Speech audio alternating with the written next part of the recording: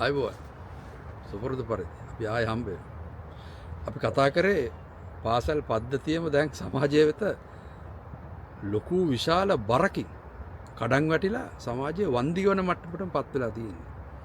ඒ කියන්නේ එහෙම නිශ්චිත පුරවැසියෙක් බිහි කිරීමේ අරමුණක් හෝ නිශ්චිත පුජ්‍යලයක් නිර්මාණය කිරීම හෝ අධ්‍යාපනයෙන් අමතක වෙලා තියෙනවා.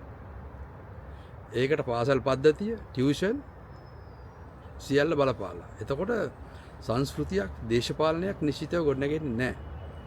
ගොඩ නැගුණත් ඒක පවතින්නේ නැහැ. හොඳට මතක තියාගන්න. පැවතීම පිළිබඳව ප්‍රශ්නයක් තියෙන සමාජයේ යම් මට්ටමකින් අපි පවත්වාගෙන යන්න නම් කොච්චර යුද්ධයක් තිබ්බත් ඊශ්‍රායලයේ කියන රටේ සමාජයේ ගමන නවතින්නේ නැහැ. ඒගොල්ලන්ගේ ගමන් මාර්ගය නවතින්නේ නැහැ. හැමදාම යුද්ධ. හැබැයි යුද්ධය වෙනයි සමාජයේ පවතින ස්තර වෙනයි. මොකද මේ රටේ බැලුවාම විවිධ සමාජ ස්තර තියෙන්නේ. රුසියානු සමාජ සංස්කෘතියක් තියෙනවා. මොරොක්කෝව තියෙනවා. ජර්මන් කොලනි තියෙනවා. මේක තමයි විවිධත්වයේ වැඩිම තැන. නමුත් මේක රටක් වශයෙන් ඒකාත්මිකව පවතින. අධ්‍යාපනය පොදුයි. ඒක මේ ටියුෂන් නැහැ. ඒව නැහැ. අනිත් එක වෛද්‍යවරයෙක් ගත්තත් බස් එකේ යන්නේ. ඒක වෛද්‍යවරයාද නැද්ද කියන එක අදාළ නැහැ. පාරේදී සාමාන්‍ය මිනිස්සෙක්. ස්පිරිතාලේ දොස්තර. ලංකාවේ එහෙම නෙවෙයිනේ. ජීවිත කාලයම දොස්තර නම් දොස්තර, ගුරුවරයා නම් ගුරුවරයා, ඉංජිනේරු නම් ඉංජිනේරුවරයා. තාත්තා නම් තාත්තා. හැමදාම. ඒක නෙමෙයි. ඒක තමයි. ඒකත් එක්තරා විදියක ප්‍රශ්නයක්. මොකද ආදිකාලේ සමාජයේ එහෙම තිබුණ නැහැ කියලා අපි අහලා තියෙනවා. බොහොම සමාජයක් විදියට සාමූහිකව ගැටගත යුග තියෙනවා. දැන් ලංකාව ගත්තාම සාමූහිකත්වෙනේ බිඳ වැටලා තියෙනවා. ඒ බිඳවට්ටන යාන්ත්‍රණය තියෙන්නම අධ්‍යාපනය ඇතුලේ. මේක ගැන කවදාවත් මම හිතන්නේ මේ ඔය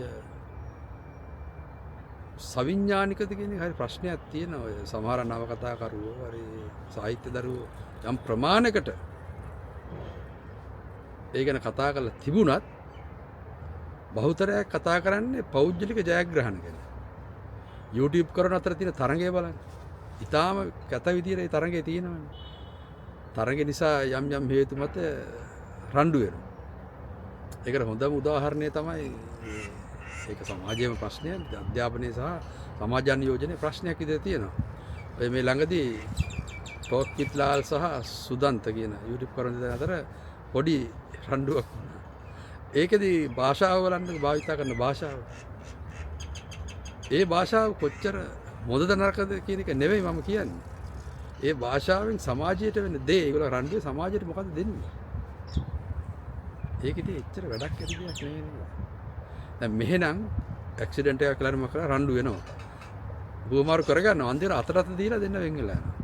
ඒ වගේ තත්ත්වයක් හිතා ගන්නවත් පුළුවන්. අපිට හිතා ගන්නවත් බැරි තත්ත්වයක මේ රට. ඒව දැක්කහම මොකද්ද මේ වෙන්නේ කියලා.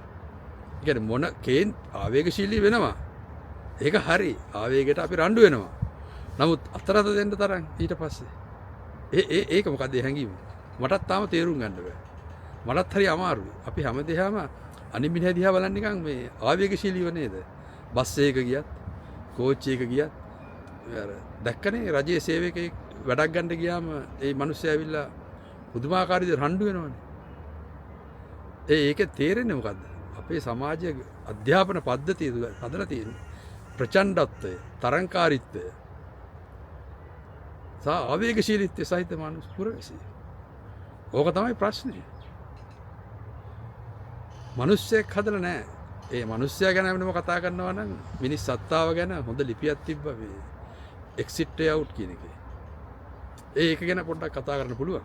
නමුත් ඕකට දැන් අපි ඔය ලියන ලේඛකයෝ ඉන්නනේ ප්‍රභූපන්තියට යන අපේ මිත්‍රයෝ ඉන්නනේ. ඒගොල්ලෝ මේවා ගැන එච්චර හිතන්නේ මේ තියෙන මේ ජන බලවේගයකට ගහන්නම තමයි හිතන්නේ. අපි කියන්නේ ජන බලවේගයකට ගහන්න නම් වෙන බලවේගයක් හැදෙන්න ඕන ප්‍රභූපන්තිය නෙවෙයි. ඒක වෙනම හැදෙන්න ඕන එක. ඒක හදන්න ඕන එක. සමාජය ස්ථාවර කරගන්න ඕන එක. තවදුරටත් මේ සමාජයේ බෙදීලා වෙන්විලා මේ තවදුරටත් මිනිහෙක්ට කේන්තියෙන් ජීවත් වෙන සමාජයක් අවශ්‍ය නැහැ. දැන් තියෙන්නේ මේක අනිකා ඉවසන් නැති සමාජයක් නේ. අනන්‍යතාවය හොයන සමාජයක්. අනන්‍යතාවයේ දී කරගෙන හරින සමාජයක් නෙවෙයි. අනන්‍යතාවය හොයනවා කියන්නේ රස්සාවෙන් හරි තනතුරෙන් හරි මොකෙන් හරි. ඕක ගැන ඕනතරම් අත්දැකීම් ඇතිනේ. රජයේ කාර්යාලයට ගියාම බැංකුවකට ගියත් තැපැල් කන්තරුවකට ගියත් පාසලකට ගියාම අතිශයින්ම ඛේදනීයයි. මොකද ඒ ගැන අපි තවදුරටත් කතා කරමු. මේ ගැන කතා කරලා ඉවර කරන්න බෑ. නමුත් කතා කරන්න ඕන. මම අනිත් අයත් මේ විදිහට කතා කරනවා නම් බොහොම හොඳයි.